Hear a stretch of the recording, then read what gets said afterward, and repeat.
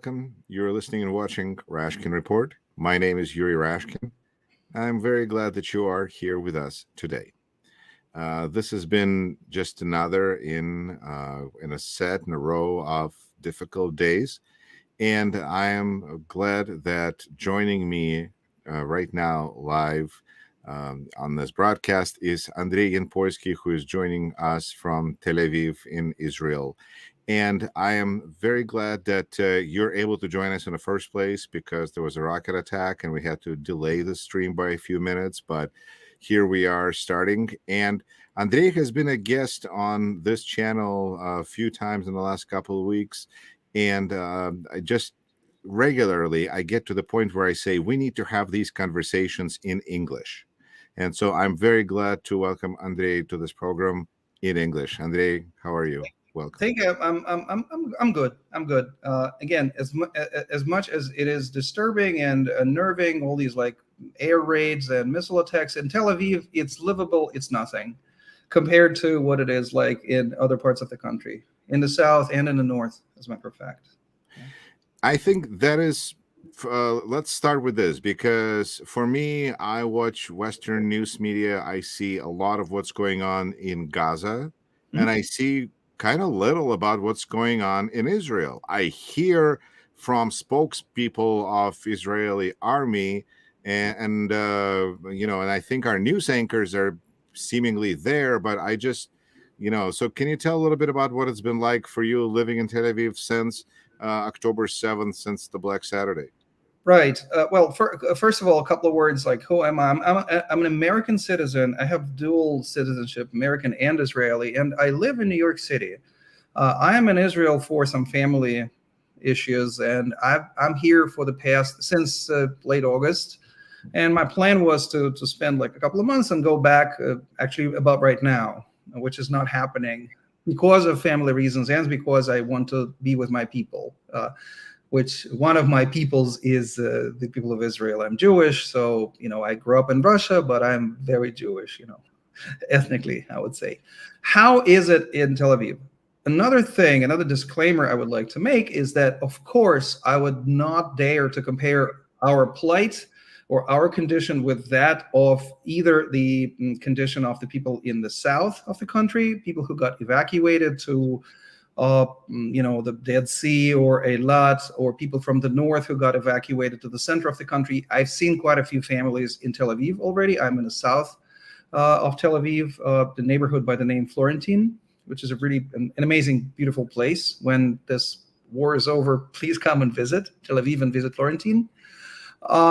And people of Gaza also are suffering, and yes, I acknowledge that, and my suffering, it is what it is. But I would not dare to compare my, troubles with those of the people of Gaza and Israelis who suffered through this insane terrorist attack and all that happened afterwards, the missile barrages. For example, in Ashkelon, people have about 15 seconds of advance warning. So when the sirens go off, you have 15 seconds to hide.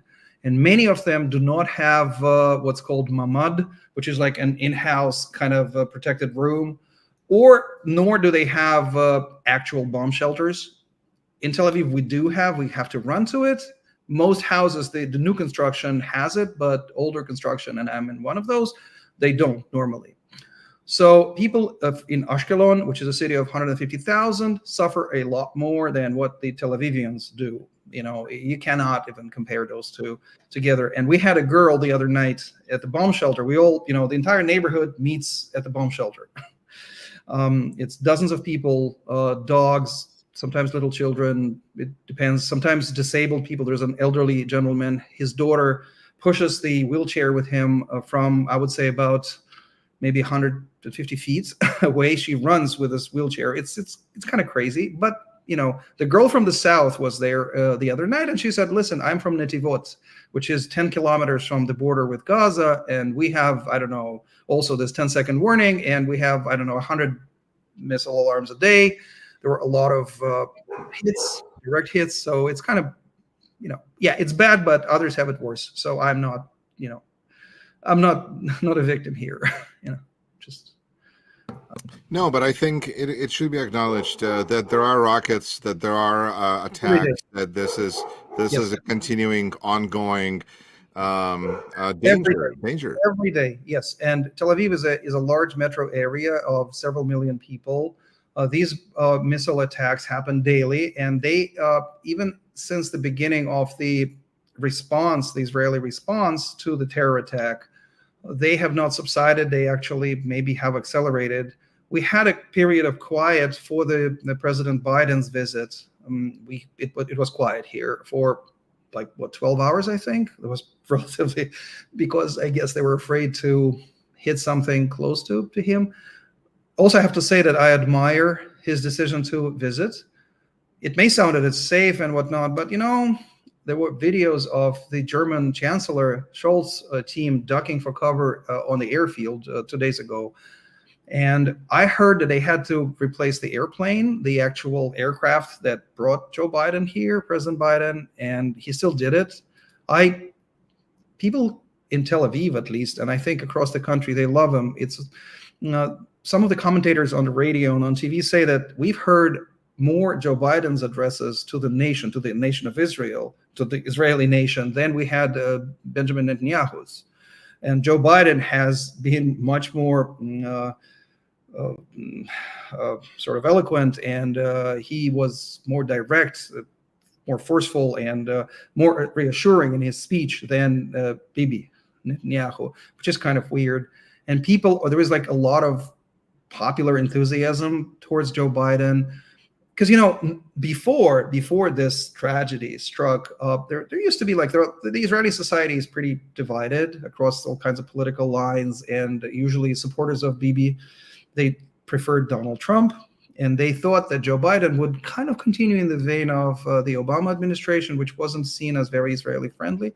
It may be a perception issue, not the reality, but the perception used to be like that.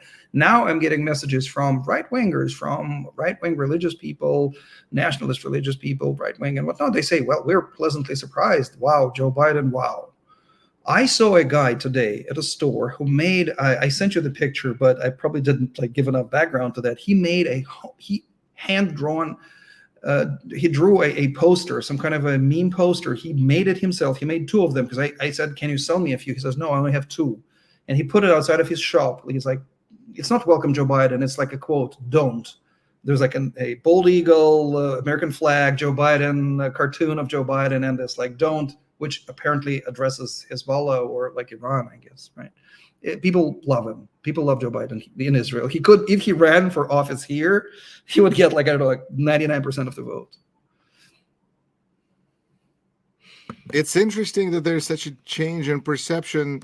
Like you said, who knows what the reality was, but the perception is what it is. And now it seems like perception is changing before our eyes. It has already changed, I would say. I'm not representing or speaking for all strata of Israeli society. There is, like, for example, one group of people I don't know too many of them. For example, the settlers, the actual settler crowd, the ones who live on the West Bank. I just don't have too many friends from those folks. They are a pretty small minority of the Israeli society, definitely way under 10%.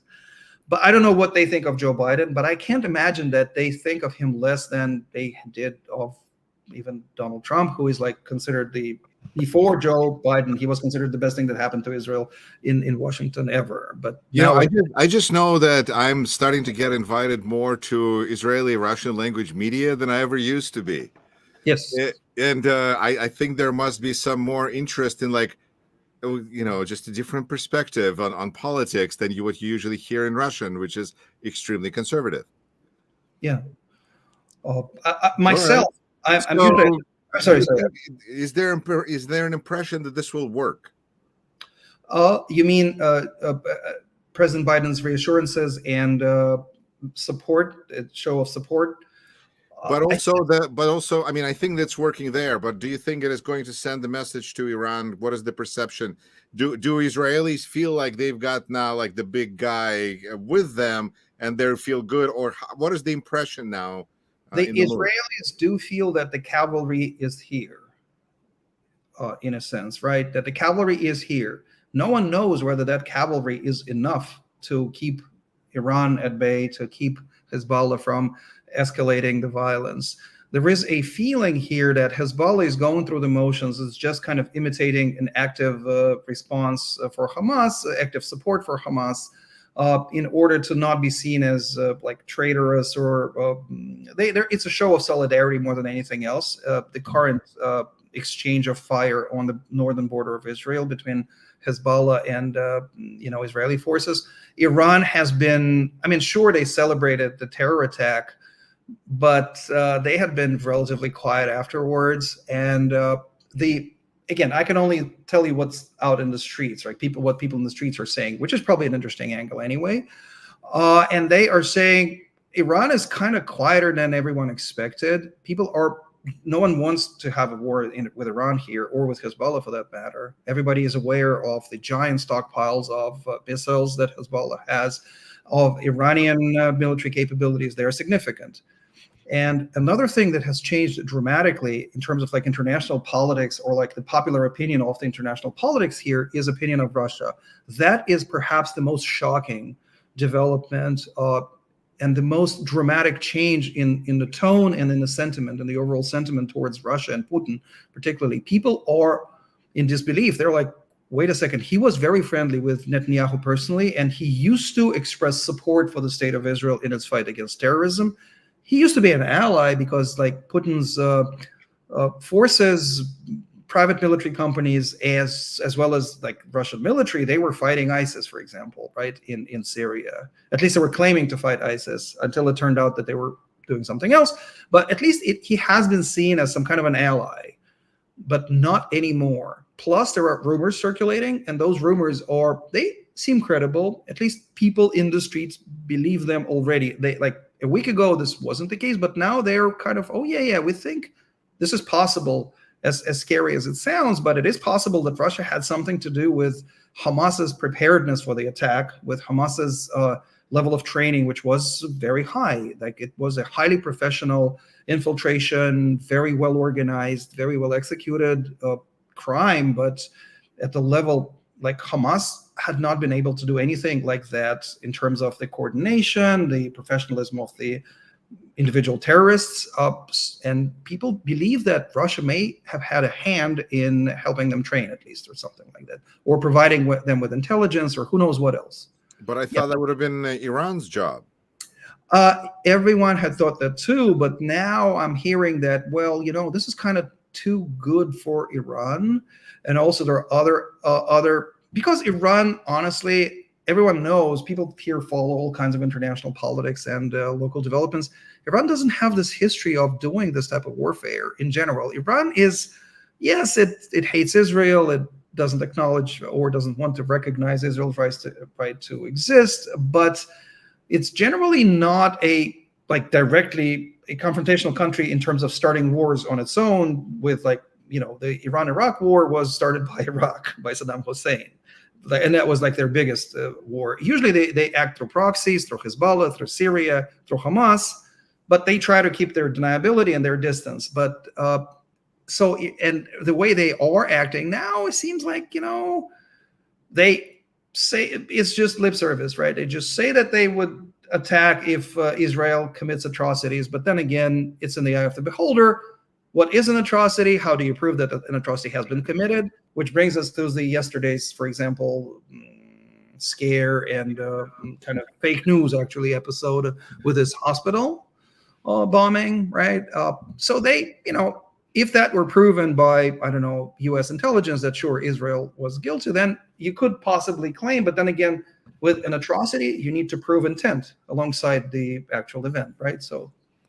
Andrei, what about the headlines that we're seeing now that Iran is getting ready to, they're threatening Israel not to begin the ground operation in Gaza, that they will play a part in this, get involved. Is that all kind of talk, in your opinion?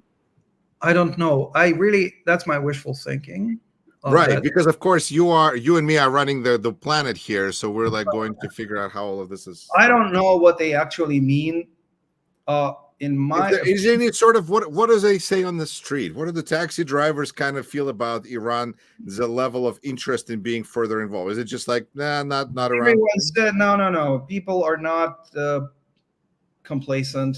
People are not dismissive of this, but and also they're superstitious. They are just, listen, there's this expression in Hebrew, chas v'chalila, God forbid this happens. It's something that no one wants to happen. We understand that if this were to happen, Iran has such an enormous stockpile of long-range heavy rockets. These are bigger than what like Hamas has been shooting, that there would be breaks through our air defenses, that there would be direct hits against homes, even larger structures. There would be casualties even from the missile attacks, significant casualties. So far, those have been pretty small compared to the terrorist infiltration casualty count.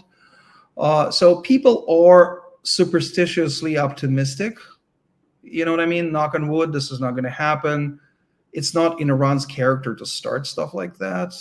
It just isn't, right? My limited knowledge of the Middle East history and recent one and the one in the past, Iran is one of those countries that would happily reap the fruits of someone else's terrorism, or just like take advantage of someone else's crimes. Maybe they would instigate those crimes, maybe they would provide material support or intelligence or anything else, but they would not do it themselves, because they have a lot to lose now. And nothing, I don't understand what they have to gain. If Iran, and again, I'm just kind of shooting, random stuff, like, just random ideas. Let's assume that this happens. Israel would be forced to respond with full force, indiscriminately at that point. Israel is a nuclear power with hundreds of nuclear warheads. Israel has declared in the past, and I don't think it has ever disavowed those declarations, that if it's existentially threatened, it would resort to the doomsday weapon. Right? Let's assume I would take Israel for its word, because like what do we have to do? We have nowhere to go. It's a tiny country, and if 100,000 large rockets fly at it, like what do? You respond with what you got, and we have stuff, right? So Iran understands it. It understands it. It's common knowledge. It knows that we know that it knows. Everybody knows, right? So if they attack, Israel responds indiscriminately, and it's not going to be like in Gaza, where you would have BBC news crews, whipping up hysteria and whatnot about some casualties. It would be devastation. Cities would be obliterated by Israeli Air Force and the 2 aircraft carrier groups, which President Biden, thank him, said would participate if anything starts. So if you are Iran, I mean, why would you do something like that? They're not Hamas. It's a pretty old civilization. It's a kind of... They got stuff to lose. Okay. They have a lot to lose, I would say. They have their cities. But we keep hearing, well, before even that, let's talk about one thing we kept hearing, and you and I talked about this yesterday, right after it happened, but there was an announcement that there was a hit and hundreds of people were dead, and this was supposedly done by Israel, and this was splashed all over screens everywhere, world over. And you and I went and started, and you sent me videos. Well, and so far the information seems to be, President Biden has agreed with you so far. So that's pretty good, decent, track record there. Good company to be in. Yeah. Well, here's the thing. First of all, yesterday, in the heat of the moment, we were talking, you and I were talking yesterday, I think less than an hour after it happened. There were some signs that it may be fake news, I thought, because it just happened too fast. There was an announcement that supposedly a hospital was destroyed. Immediately, a number of casualties was released. It was very precise for a hit of this nature.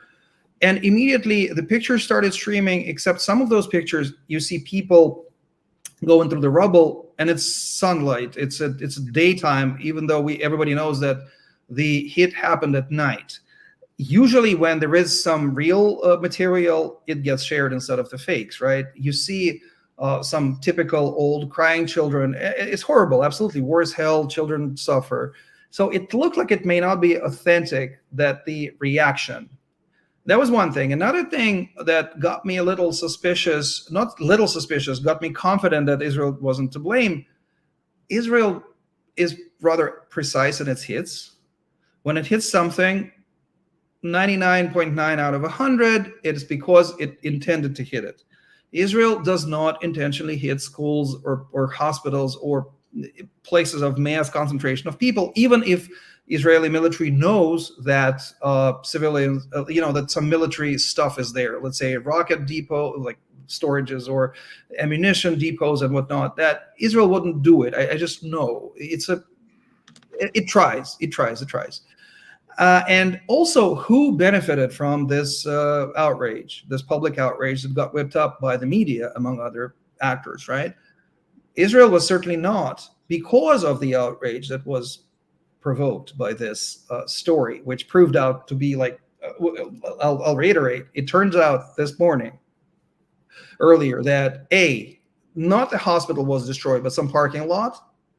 B, it was a jihad, Islamic Jihad or Hamas missile misfiring and hitting some parking lot. The casualty numbers were like inflated by a factor of, we don't know by which factor they were inflated, but obviously grossly inflated, maybe by, I don't know, 100 or something like that. And Israel was not to blame for this particular incident. In the same time, I would like to acknowledge, absolutely, there is like collateral damage. I hate using this expression, collateral damage, because these are old people, these are children, women, they are innocent. Palestinians are innocent and they're also dying. The problem I have with the Western media is that they almost, it's kind of like profiteering from other people's tragedies. They're both profiteering from this cycle, this news cycle, this wall-to-wall, or Israel is a criminal, whatever, apartheid state that kills children. Unintentionally, yes, it tries to minimize this type of damage. And also, these hysterias, these cycles of public outrage, they force the situation to freeze in a state when this is bound to repeat itself. And when this tragedies will happen again. Like usually there's like this international outcry. Israel gets blamed for something it did or did not do. Like in this case, it didn't. But there are all these like speakers, I don't know, Cornel West, all kinds of influencers in Great Britain and whatnot. They're like, stop this immediately. If it gets stopped immediately, the issue is not solved. And the issue being that a terrorist organization, a murderous, genocidal terrorist organization, and we know that it is genocidal. What the terrorist attack that it did amounts to genocide. They wiped out settlements. Not settlements like illegal. They wiped out communities, whole communities, villages and small towns. They just did. They killed as many people as were possible. So yeah, it's genocidal and it's terrorist and whatnot. And that thing is running an enclave of like 2 million people, right? So that's the issue, and it needs to be fixed. Someone else needs to run it. That's what everyone is saying here. You cannot just stop the bombing and then what? They'll do it again in a year. I don't know, they won't succeed at killing, I don't know, like they have now 1,500 people, or I don't even know what the count is at now. It's impossible to watch. With like 4,000 wounded, it's crazy, right? So they will kill, I don't know, 20 people, and then 20 more. And it'll just continue to terrorize Israelis and Palestinians, as they do. They deny people exit from Gaza, not exit. You cannot leave Gaza because Hamas is not going to give you the exit permit. Right. So it's crazy. So it needs to be solved. And the press and the progressive community, the progressive influencers and politicians, they're doing a disservice, not just to Israelis. Let's say they hate Israel, fine. But they're doing this major disservice to the Palestinian people. And they use them as a prop in some kind of an agenda. I don't believe in conspiracies, but it is a prop. It's just a convenient, as I call it, a shortcut, a cheap shortcut to a moral high ground, which they think they'll get when they like, oh, Israel is an apartheid state. Ha, ha, ha. We are better than thou. Okay.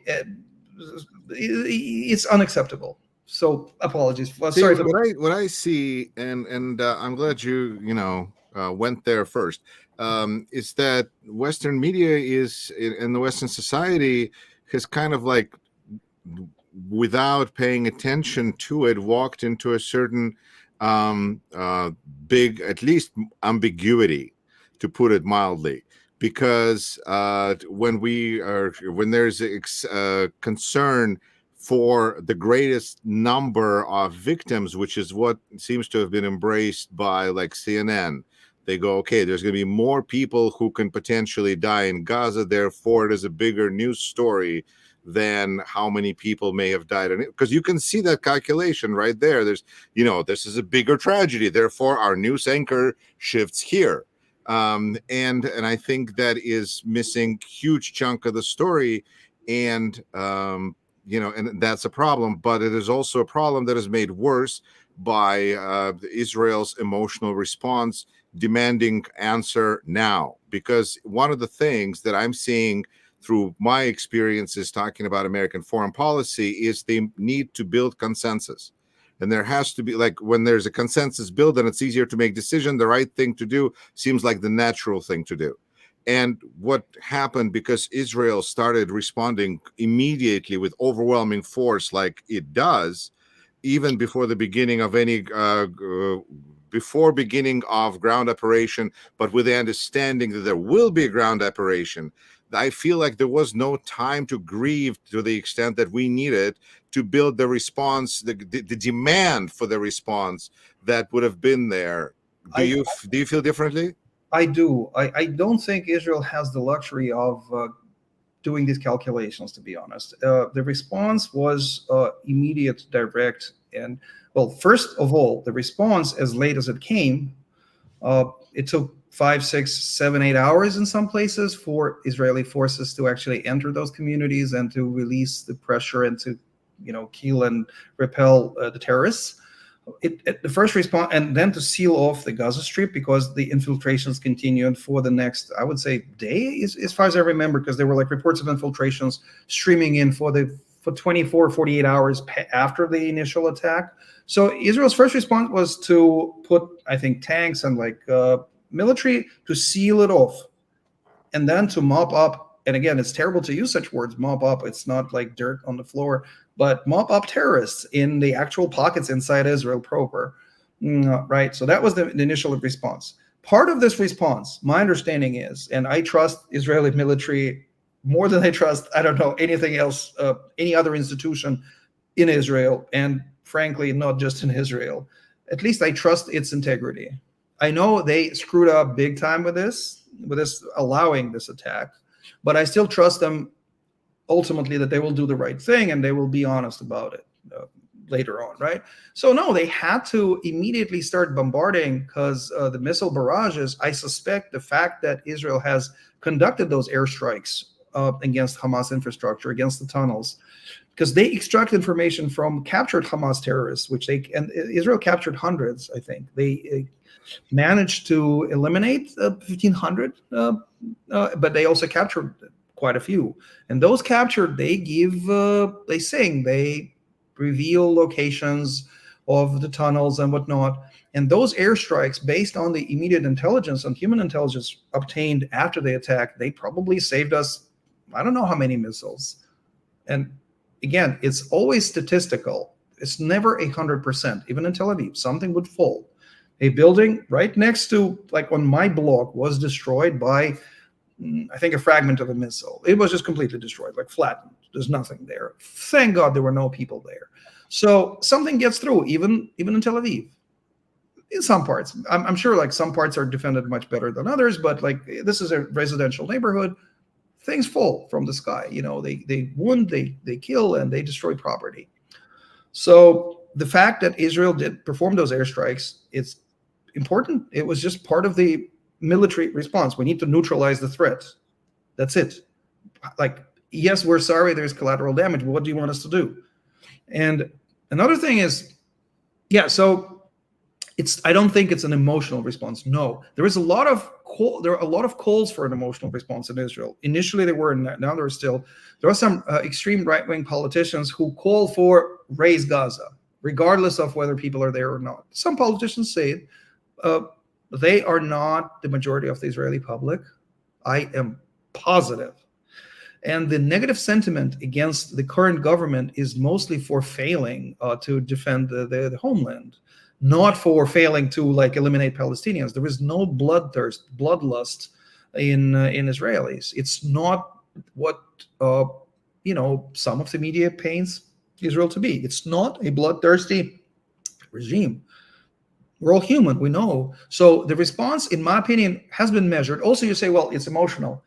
The casualty count, even if we were to believe Hamas in their assessment of the number of casualties, believe it or not, it's very small compared to what it could have been if Israel just indiscriminately started razing buildings without warnings, without this, you know, knock on the roof exercise when they, you know, first fire a blank missile and then the building shakes and then everybody runs out and then they destroy it. Sounds terrible, but still it saves lives, right? So if Israel just wanted to kill as many Palestinians as it wanted, if IDF wanted to do it, the casualty count would have been in like hundreds of thousands, easily. One person online, he's like a software engineer, I believe, did a calculation.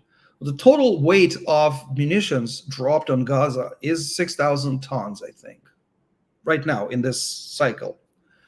This compares to Dresden bombing during the World War II as being 50% higher. The Allies dropped 4,000 tons of like, you know, explosive materials on Dresden in, I forgot when it was, 44, 1945, something like that. And in the Dresden bombing, how many people perished? Hundreds of thousands, I don't know, 200 to 300,000, like a lot, right? Not like the numbers that Hamas reports, which it inflates routinely. So no, Israel is not. No, but they messed with America. Yeah, in America, when you mess with America, America does to you what it did to a whole list of countries, for good or for bad, you know. But if you're not America, you have to show restraint. Yes, if you are not America, you have to behave yourself. If you're Israel, oh, you have to behave yourself. And I have nothing against this, by the way. It's kind of good that we have to behave ourselves, that Israel has to, because, you know, it's easy to get carried away in a war. By the way, hold on. Oh, no. That's an old one. Sorry. Sorry. Yes. Well, it's an alert, but it's not in this area. It's somewhere else. Yeah, it's good. It's good that we are confined. Probably we have to use more restraint than America herself. It's good. But, you know, and I don't want to say double standards. No. There is a maybe double or maybe triple or more nuanced standard than that, but it's okay. It's fine. That's how it should be. It's easy to get carried away while killing your enemies. And I'm against just indiscriminate killings, as are absolutely vast majority of the people I speak to. Even the ones who are like, kill them all, but then you're like, seriously, kill them all? They're like, yeah, we know, we can't. But what the hell? How can they do something like that? They hate us so much, like, kill them all, but we can't. It's this inner struggle. And no, it's not this like genocidal kind of, we're not. They absolutely are. Like, and I know everybody says it, but we have proof, which is pretty obvious, evident proof. Yeah. Andrei, let me ask you this. I'm curious about how people in Israel, in your experience in your neighborhood, are responding to this failure by Israeli government to protect homeland. Has that affected trust that people have in the institutions? I understand that there's more people kind of organizing for self-defense. What's going on? I would break it down into like three parts. Yes, there is a massive disappointment in intelligence, military, and there are like several agencies that are traditionally responsible for this. Amman, Mossad, and Shabak. These are like military intelligence, foreign intelligence, and our like internal security service. People are asking themselves and asking publicly, journalists and people, like, what the hell happened? How is this even possible? Why was the border not protected? And how was this possible? It was like, this was not supposed to happen, right? We were lulled into thinking that this was impossible. So there is no trust in politicians, specifically in the current sitting government. That's one of the reasons that this national unity government was formed, because if it were not formed, then there would be massive issues of trust. There is disappointment with certain officials in the coalition government officials, and it's expressed publicly and very vocally. Like, some of the ministers get heckled in the streets. They get, run out of certain photo ops, denied photo ops. People are angry, and rightfully so. So that's the negative part. The positive part is that trust in institutions has survived. People trust the IDF, the Tzahal, they trust the brass, they trust the generals, they trust that the army can get us together and and fight and win and organize. However, again, the unpreparedness is more than just allowing the infiltration. Right now, how many? Almost 400,000 people were called up for service, reservists and whatnot. And there are shortages of all kinds of stuff, which were not supposed to happen either, like body armor, ballistic glasses, helmets. People are buying with their own money. And we're familiar with this from the Ukraine experience. We are, and we thought, like, Israel is not Ukraine, and seriously, it's like a super advanced military. You're not supposed to scrape, kind of scramble to get the body armor from the United States, send it with like someone who flies like New York, Tel Aviv in their luggage. This is ridiculous, but it is happening right now. I know people who bring in body armor plates, ceramic body armor plates on flights to New York, Tel Aviv, and not just New York. It's like all over the place, right? So people are, what the hell? This is another what the hell moment, but they are organizing. The good news is that they are organizing this logistics. They're organizing logistics not just for body armor and helmets and whatnot, but for simple stuff like food, expendables, toiletries, underwear, all kinds of stuff. And they ship them to the front because everything is so close. You can literally get in a car right now and be on the front lines in, I would say, about half an hour. You could reach Gaza in half an hour. If you drive, if you speed, it is only 40 miles. Even less to Gaza border. This is less than 40 miles. So, as any American who has ever sped in their cars, yeah, how long does it take to cover 40 miles? Half an hour, and you'll be there. So that helps logistics. That's good news, if you can call it that.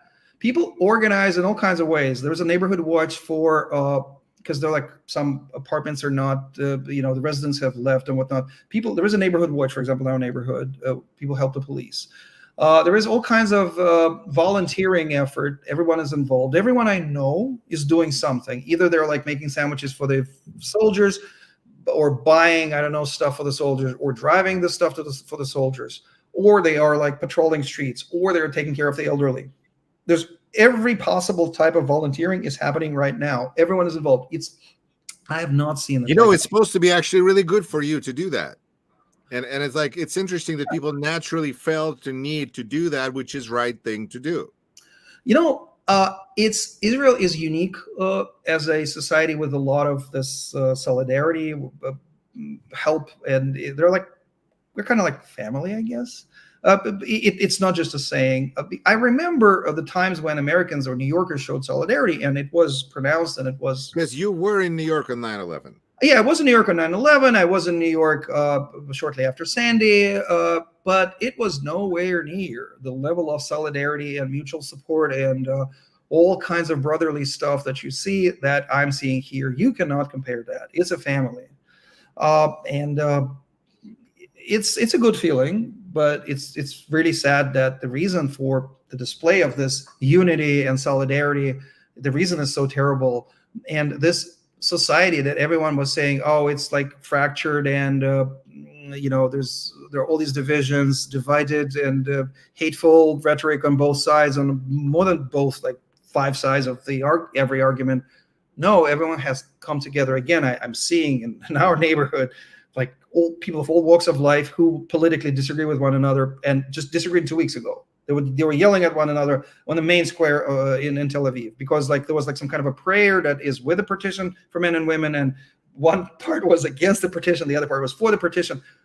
Those people together are now either serving in the military, literally fighting and protecting each other, and being brothers in arms, literally, or delivering stuff to the front lines, or taking care of each other's families in the rear, right? So it is great, but. And people also try to cheer each other up. If there are WhatsApp groups, neighborhood groups. I'm in a couple of them, and they're like, oh, let's do folk dancing. which is kind of like square dancing. It's an Israeli version of square dancing. It's like they play some folk tunes and people dance, like, let's do it because it's been too terrible, too sad to cope with. Or here is a family from the south, from like Ofakim or from Sderot. Can anyone help buy them food? Or, you know, the response is always yes, sure. And it's usually more like food or whatever is asked for than was needed. It's like, I saw today a story in Ashkelon. It's a large city, as I said, which is something like 5 miles from Gaza border. And it's under heavy bombardment. And there was also some partial terrorist infiltration. So a lot of people left the city. And some of the elderly are abandoned. They're like lonely and whatnot. So there is a post on Facebook. It's one of the Russian communities. They're like, I saw this old lady on my blog. She's alone and she's 85 years old with a dog. And she seems to not have any food or water. Can someone help her? It took, I mean, you see the timeline, right? Like the comments, and they're like, oh, I'm there. What's the door? Is the door like blue or green? Within half an hour, it was taken care of, which is, I think it's amazing. And it makes you kind of love this place, love these people. There are all kinds of funny stories. And here's like a kind of a funny one. Well, I don't know. It's half funny, half bittersweet. The terrorists killed a lot of agricultural animals, like cows, for example. When they raided and ransacked those villages, they killed people, kidnapped them, and you know, committed all kinds of atrocities. But among other things, they were shooting indiscriminately at cows. They didn't kill all the cows, so there are like hundreds of cows, and they're milking cows, and they need to be milked. A milking cow needs to be milked. There are like, I don't know, 1,000 milking cows in the southern kibbutzim. These are agricultural communities, and they're deserted, those communities, because people have been evacuated to Eilat or the Dead Sea, I don't know, like 50 miles from the cows, and it's a military active operations zone. So there's a call for volunteers to come and milk the cows so that the cows don't suffer and don't die. And I think they filled up the team of volunteers to do that in like 2 hours. I don't know how to milk a cow, but apparently there's a lot of people who do. A much sadder story, in Jerusalem, they were looking for volunteers to dig graves. And they were all like fully staffed within 2 hours as well. People who volunteered to dig graves for the victims. So yeah, it's people organized. There was a giant hackathon in Tel Aviv, in the Tel Aviv Expo Center. Hundreds of really top-notch software engineers are participating. I mean, I'm a software engineer. I'm not. I mean, there's probably, you know, enough people doing that already. But yeah, they're doing some software like defense, logistics, community, and whatnot. Yeah, people have come together. It's a great place. It's a great community. And it's very sad, you know, the weather now is amazing. It's like paradise. And you look at all this and like how beautiful life could have been if it were not for this madness. And again, even as tough as life of Palestinians is, it's certainly was better 2 weeks ago than it is now in Gaza. And there is no other way. I'm sorry. IDF is not going to stop bombing because like, I don't know, bombing is bad. Bombing is terrible. Everybody knows that. And those pilots who bomb, they know it better than any of the loudmouths, any of these demagogues, you know, on the media circuit, you know, just claiming that bombing, yeah, it's bad, but we have to do it. It's sure, pain is bad, but surgery causes pain. We can't do without it. It's a must. We have a viewer who is wondering, why does Israel care and about its actions? Why? Because it's historically has done what it needed to do to provide for its safety and security, and who cares about what anybody else says? But, you know, that's not the world we live in. No, we do care because we're all human. We don't live alone. We're not alone on this planet. It's not just like the planet of Israelis and Palestinians. It's not just the planet of Israelis. And there is a moral code. There is like a certain, like, we are a moral nation, a moral people. We don't want to just be killers.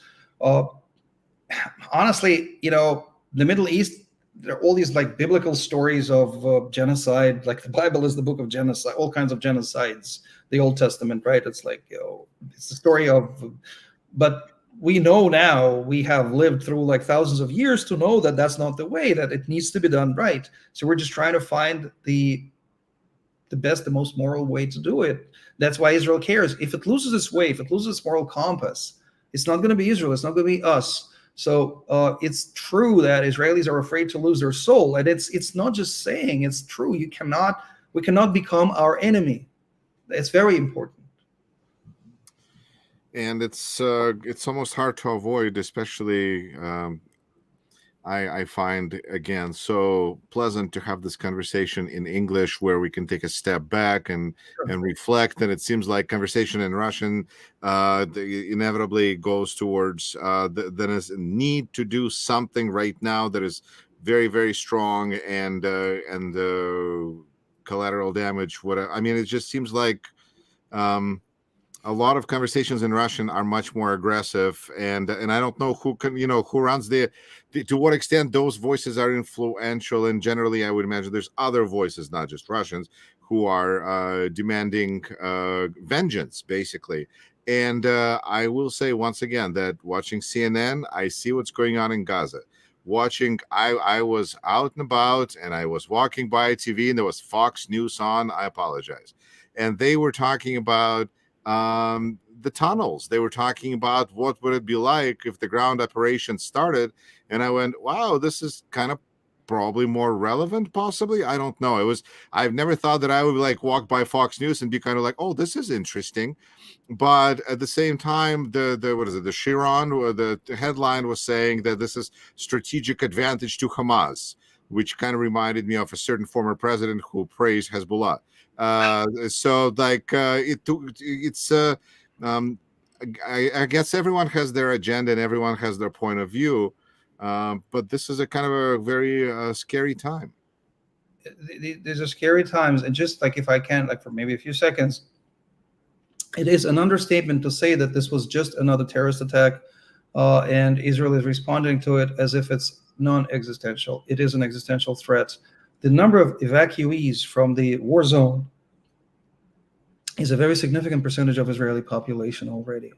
The number of murdered is dramatic, and wounded. So, and because of the sizes of everything, how close everything is, how tiny the country is, the populate, like the 2/3 of it is desert, that is not really inhabitable. It's an existential situation for us right now, and for Israel, for the country of Israel, and it needs to be respected, and it needs to be acknowledged. And a certain former president, listen, as much as I'm not his fan, you need to acknowledge your enemy's strength, and we must. And Israeli security establishment is acknowledging the fact that yes, the operation by Nakhba, it's called Nakhba, the special Hamas, like special force, whatever, was very well planned and executed, to our shame and to our dismay, and so yeah. So sorry again, I tend to rant, but I'll try not to. Yeah. No, I think this is important to register, because time moves so fast. I read news and it seems like it's been outdated since the few hours ago when it was written, and but again, our viewer continues: Islamic regimes and their leftist friends always will call you bloodthirsty, Andrei, no matter what. And I'm more concerned about the use of the word lefties and Islamic regimes than bloodthirsty, to be honest, because I feel like this is the danger of the labels, which I don't even know what they reflect anymore. Well, I guess it's the traditional progressive or lefty, radical left camp from the 1960s, the Soviet promoted, Soviet-supported infrastructure of these like communist parties. It's like what Comintern from 1930s has become by 1960s. But Soviet Union's been gone for 30 years, right? Yeah, but those people are, those people are still alive. The old American Communist Party members. I'm not saying they are a serious. Well, they are disproportionately influential obviously in the academic community, on like in the university communities, not in the academic community, but in universities. It's sad. Look, it's a free, U.S. is a free country. We have freedom of speech, but people who are stoking those flames of hatred and this thoughtless accusations against Israel, all these like labels, apartheid, murderous, and this and that, who don't want to get into the situation, who don't want to understand the sides of the conflict as much as they claim the opposite. They are doing a disservice. They're profiteering from the tragedies, and they are part of the problem. They need to, I don't know, just come to their senses. And yes, they will always call, Israel bloodthirsty, illegal occupation, blah, blah, blah. I can give you like a list of these epithets that they use, but sure. Breathing. I don't know. It troubles me. It really troubles me because I see people who are, as I say, for all good against all bad. And all of a sudden, when it comes to this subject, it really separates a lot of people who are for all sorts of good things. And I feel like there's some kind of a, I don't know, what did you call it? Emotional manipulation or some kind of a, it just feels like our empathy is being exploited in some kind of a trigger sense almost. I don't know. But it is. It's very easy to feel that someone in a faraway land is evil. That something is kind of like a plot of like a Game of Thrones episode or like Star Wars episode. It's very easy to label one of the sides, like Avatar is a good example, and it's all. Unfortunately, some of those comparisons are valid, some of them are not. But the progressive, like let's say the podcast, I don't know, Democracy Now! Podcast, and they have anti-war activists. I think it's good to have anti-war activists. It's just important to understand that as much as everyone hates war, you cannot just not have war because war is bad, because sometimes you have to protect yourself, and that is war. Look at Ukraine. Look at all those people trying to get from the dictatorship to liberate themselves. Like any liberation movement is war, and war is bad. So, I don't think we'll solve this right now. I'm not. Isn't this the point of Leviathan, that the war is so bad that you just obey to whatever leader you get because that's better than the disorder, which is hopefully we're past that. That's a deeper Hobbesian argument, right? Like that's, I don't know. I'm not. That could be beyond this. No, I'm just a guy in Tel Aviv, right? I don't know, but. I think some of our friends, progressive friends who don't have family in Israel, it's often kind of boils down, unfortunately, to tribalism. You don't know anyone, even though there are like exceptions. There is this guy, Ofer Nassif, there's like an Israeli guy who is a member of an Arab party in Israel, and he's actually a member of Knesset, who speaks out against Israeli occupation. And it's good to speak out Israeli occupation. Occupation is a problem. It's a bad thing. Occupation, bad thing, right? But he, he's Jewish, and many of his friends perished in those kibbutzim because they are not the liberals. They are like pro-peace activists. Very a large percentage of them were pro-peace activists. Because those would be more likely to live in that dangerous area because they were kind of friendly. I'm not sure about the likelihood. For example, people in Sderot live there because it's a cheaper.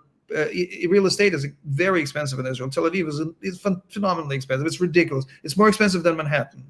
At least before this war, it was like Tel Aviv. Good parts of Tel Aviv, per square foot prices are higher than in Manhattan. Believe it or not, it makes no sense. None. But it's true, right? We can do another show. The real estate is limited as well in Israel. It's not just that, because like, for example, but near Gaza, you could have like an apartment in Sderot for like 1/6 or 1/10. It's the same thing in America as well. But a lot of people live there just because it's cheaper. That's where I live close to. I live close to American. Interesting. Okay. It's not just yes, Wisconsin. Andrei, thank you so much for sharing your thoughts and experiences. I think I'm really glad we got to do this in English. Let's see what the response is from our listeners and viewers. But I want to wish you safety. I want to wish everyone in Israel safety, and wish everyone who's in harm's way in this whole region, in the world, safety, because without it, it's hard to do much of anything else. Thank you. In the words of President Biden, people of Israel live. Am Israel Chai. Goodbye. Thank you so much, Yuri. Thank you.